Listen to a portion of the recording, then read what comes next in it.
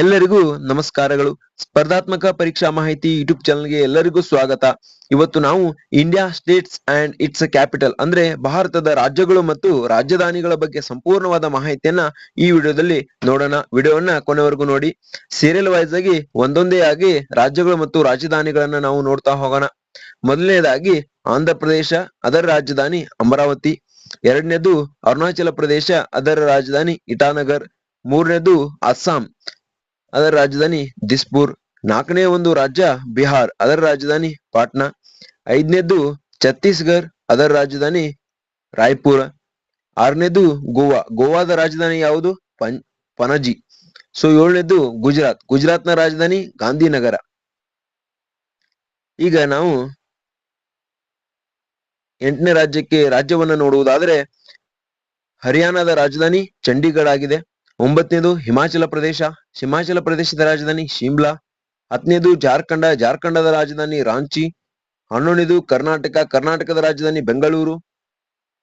12ನೇದು ಕೇರಳ, ಕೇರಳದ ರಾಜಧಾನಿ ತಿರುವನಂತಪುರಂ. 13 ಮಧ್ಯಪ್ರದೇಶ, ರಾಜಧಾನಿ ಭೋಪಾಲ್. 14 ಮಹಾರಾಷ್ಟ್ರ, ರಾಜಧಾನಿ ಮುಂಬೈ. 15 ಮಣಿಪುರ, ರಾಜಧಾನಿ ಇಂಪಾಲ್. 16 ಮೇಘಾಲಯ, ರಾಜಧಾನಿ ಶಿಲಾಂಗ್. 17 ಮಿಜೋರಾಂ, ರಾಜಧಾನಿ ಐಜ್ವಾಲ್.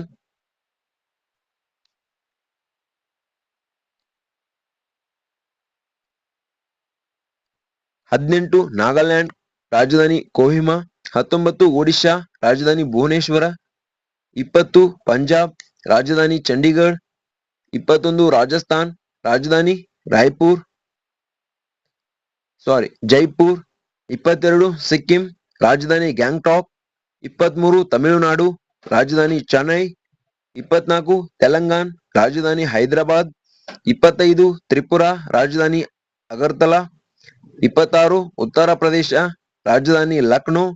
27 ಉತ್ತರಾಖಂಡ, ರಾಜಧಾನಿ ಡೆಹ್ರಾಡೂನ್. 28 ವೆಸ್ಟ್ ಬೆಂಗಾಲ್, ರಾಜಧಾನಿ ಕೋಲ್ಕತಾ.